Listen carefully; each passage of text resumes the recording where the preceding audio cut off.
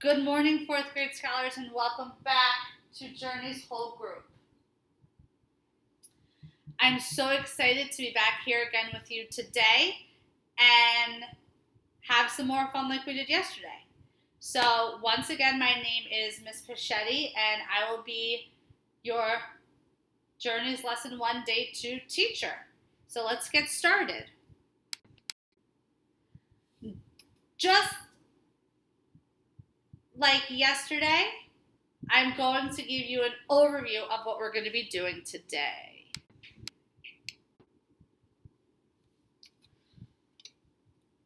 All right, and just like yesterday, I'm going to give you an overview or an outline of what today is going to look like. We're going to do the second half of our vocabulary words, which are just 5 more. Then we're going to transition over to grammar. Our grammar lesson for today is going to be what is a sentence. And then we're going to do a second read of our anchor text because of Winn-Dixie.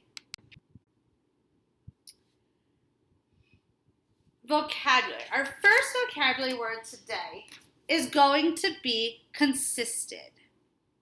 Repeat after me. Consisted. Great job. And consisted, the meaning of the word consisted is made up of. So listen carefully as I read the word consisted in a sentence. This lively day consisted of or was made up of bike riding and fresh air. Our next word that we're going to go over is the word positive. Repeat after me. Positive. Great job. These friends are positive that they're having a good time. They're sure of it. So the meaning of the word positive is sure of something. Our next word is, meaning of the word advanced is more highly developed or skilled. With his advanced chess skills, this man can teach his young friend to play.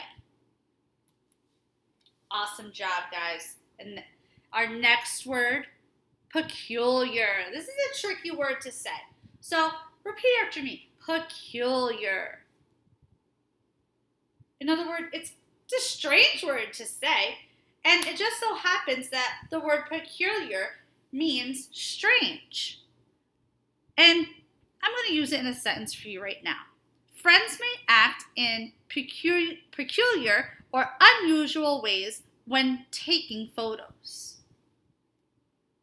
And our last vocab word is talent. Talent means an ability to do something well. Listen carefully as I read the word in a sentence. These friends share a talent for music. This ability gives them hours of fun. And again, that word was talent.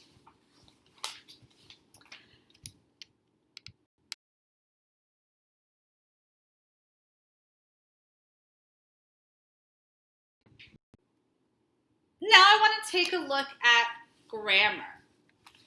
As I mentioned earlier, our grammar this week is, what is a sentence?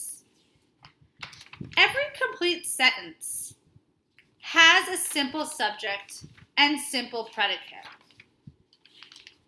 A sentence with a simple subject and simple predicate is called a simple sentence. A complete subject is made up of all the words that name the person or thing the sentence is about. A complete predicate is made up of all the words that tell what the subject of the sentence is or does.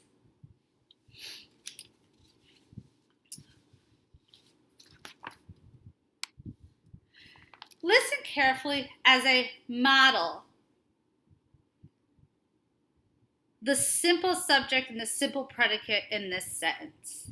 The sentence is, Opal walked to the store. Again, the sentence is, Opal walked to the store. To identify the simple subject, I ask this thinking question. What is the main word that tells whom or what the sentence is about? Does anybody know? Yes, exactly. It's about Opal. So Opal is the simple subject. Then I ask myself, what is the main word that tells what the subject does or is? Opal walked. So walked is the simple predicate. I want to take a moment to look at this first question or this first sentence. Miss Franny's library is in a small old house. Which would be the subject, the complete subject? Exactly, it would be Miss Franny because it's telling whom it is about. And the complete predicate.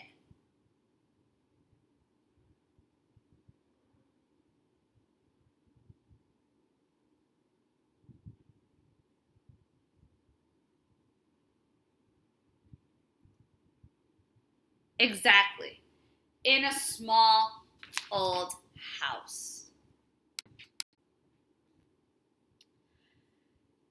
Now we're going to listen to the text because of Winn-Dixie. And as you're listening to this, I want you to think about the characters, the setting, the plot, the beginning, middle, and end.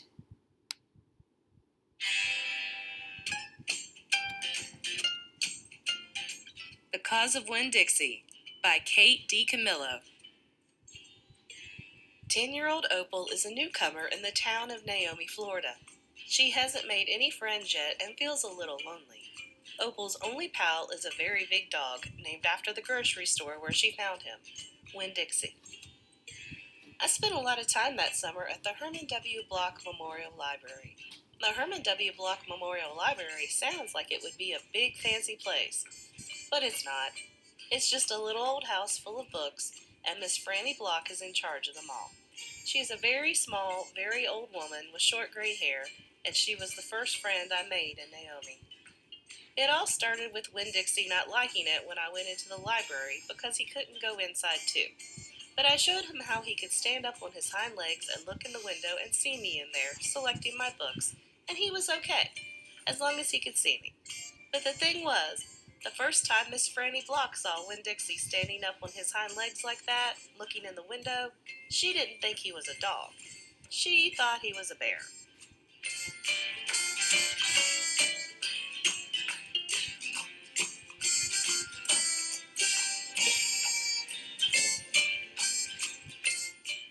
This is what happened. I was picking up my books and kind of humming to myself, and all of a sudden there was this loud and scary scream. I went running up to the front of the library, and there was Miss Franny Block sitting on the floor behind her desk. "Miss Franny?" I said. "Are you all right?" "A bear," she said. "A bear?" I asked. "He has come back," she said. "He has?" I asked. "Where is he?" "Out there," she said, and raised a finger and pointed at Winn-Dixie standing up on his hind legs looking in the window for me. "Miss Franny Block," I said, "that's not a bear. That's a dog. That's my dog, Winn-Dixie." "Are you positive?" she asked. "Yes, ma'am," I told her. "I'm positive. He's my dog. I would know him anywhere." Miss Franny sat there trembling and shaking. "Come on," I said. "Let me help you up." "It's okay." I stuck out my hand, and Miss Franny took hold of it, and I pulled her up off the floor. She didn't weigh hardly anything at all. Once she was standing on her feet, she started acting all embarrassed, saying how I must think she was a silly old lady, mistaking a dog for a bear, but that she had a bad experience with a bear coming into the Herman W. Block Memorial Library a long time ago, and she never had quite gotten over it. "When did that happen?" I asked her. "Well," said Miss Franny, "it is a very long story." "That's okay," I told her. "I am like my mama in that I like to be told stories, But before you start telling it, can Winn-Dixie come in and listen too? He gets lonely without me." "Well, I don't know," said Miss Franny. "Dogs are not allowed in the Herman W. Block Memorial Library." "He'll be good," I told her. "He's a dog who goes to church." And before she could say yes or no, I went outside and got Winn-Dixie, and he came in and lay down with a humph and a sigh right at Miss Franny's feet. She looked down at him and said, "He most certainly is a large dog." "Yes, ma'am," I told her. "He has a large heart, too." "Well," Miss Franny said. She bent over and gave Winn-Dixie a pat on the head, and Winn-Dixie wagged his tail back and forth and snuffled his nose on her little old lady feet. Let me get a chair and sit down so I can tell this story properly. Back when Florida was wild, when it consisted of nothing but palmetto trees and mosquitoes so big they could fly away with you, Miss Franny Block started in, and I was just a little girl no bigger than you, my father, Herman W. Block, told me that I could have anything I wanted for my birthday. Anything at all. Miss Franny looked around the library. She leaned in close to me. "I don't want to appear prideful," she said, "but my daddy was a very rich man. A very rich man." She nodded and then leaned back and said, "And I was a little girl who loved to read. So I told him, I said, 'Daddy, I would most certainly love to have a library for my birthday. A small little library would be wonderful.'" "You asked for a whole library?" "A small one," Miss Franny nodded. "I wanted a little house full of nothing but books, and I wanted to share them too. And I got my wish. My father built me this house, the very one we are sitting in now. And at a very young age, I became a librarian. Yes, ma'am." "What about the bear?" I asked. "Did I mention that Florida was wild in those days?" Miss Franny Block said. "Uh-huh, you did. It was wild. There were wild men and wild women and wild animals. Like bears?" "Yes, ma'am, that's right. Now I have to tell you, I was a little Miss Know-It-All. I was a Miss Smarty Pants with my library full of books. Oh, yes, ma'am. I thought I knew the answers to everything. Well, one hot Thursday, I was sitting in my library with all the doors and windows open and my nose stuck in a book, when a shadow crossed the desk. And without looking up, yes, ma'am, without even looking up, I said, 'Is there a book I can help you find?' Well, there was no answer. And I thought it might have been a wild man or a wild woman scared of all these books and afraid to speak up. But then I became aware of a very peculiar smell, a very strong smell. I raised my eyes slowly, and standing right in front of me was a bear. Yes, ma'am, a very large bear." "How big?" I asked. "Oh, well," said Miss Franny, "perhaps 3 times the size of your dog."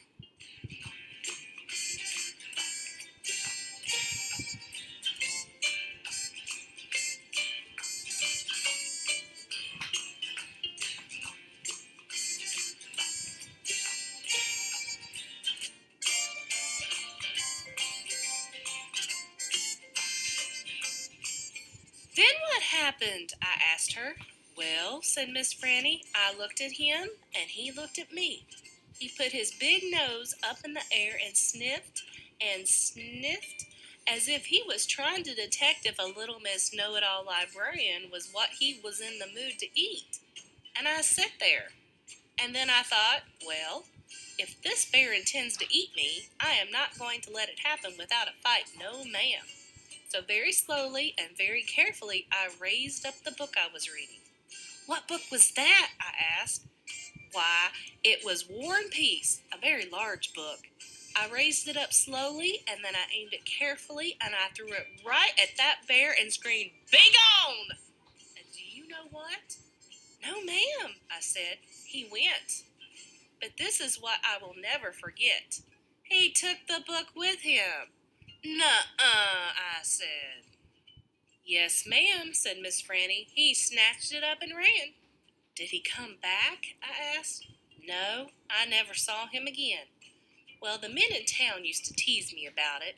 They used to say, 'Miss Franny, we saw that bear of yours out in the woods today. He was reading that book, and he said it sure was good, and would it be all right if he kept it for just another week?' Yes, ma'am, they did tease me about it." She sighed. "I imagine I'm the only one left from those days." I imagine I'm the only one that even recalls that bear. All my friends, everyone I knew when I was young, they are all dead and gone. She sighed again.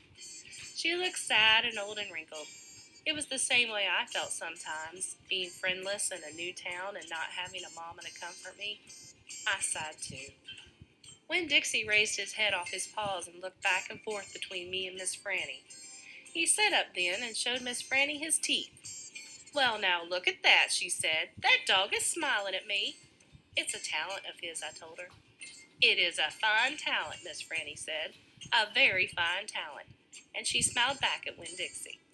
"We could be friends," I said to Miss Franny. "I mean, you and me and Winn-Dixie, we could all be friends." Miss Franny smiled even bigger. "Why, that would be grand," she said. "Just grand." And right at that minute, right when the three of us had decided to be friends, who should come marching into the Herman W. Block Memorial Library but old pinch-face Amanda Wilkinson. She walked right up to Miss Franny's desk and said, "I finished Johnny Tremaine, and I enjoyed it very much. I would like something even more difficult to read now, because I am an advanced reader." "Yes, dear, I know," said Miss Franny. She got up out of her chair. Amanda pretended like I wasn't there. She stared right past me. "Are dogs allowed in the library?" she asked Miss Franny as they walked away. "Certain ones," said Miss Franny. "A select few." And then she turned around and winked at me. I smiled back. I had just made my first friend in Naomi, and nobody was going to mess that up for me, not even old pinch-faced Amanda Wilkinson.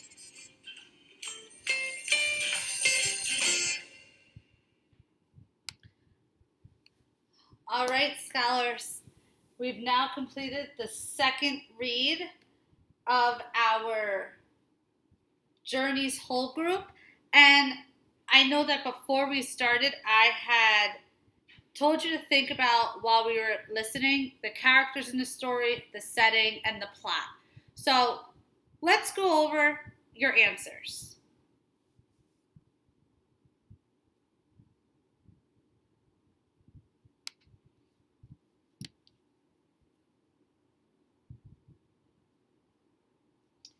Fantastic. I love your answers. It really showed that you guys were participating and listening, and it just, great job. So just to reiterate what you guys told me, you told me that the characters were Opal, Miss Franny Block, and Winn-Dixie. And you told me that the settings are in Naomi, Florida, and the Herman W. Block Memorial Library. And for the plot, you all told me Opal goes to the library with Winn-Dixie. Opal shows Winn-Dixie how to look through the library window. Miss Franny mistakes Winn-Dixie for a bear. Miss Franny falls down in fright, and Opal helps her up. Miss Franny explains that when she was a little girl, a bear came into the library and scared her. Another thing you guys told me was Miss Franny and Opal realize that they have some things in common. And lastly, you guys told me that they decide to become friends. I think you guys did a wonderful job today. You guys listened, you participated, you did everything that was asked of you. And I can't thank you enough.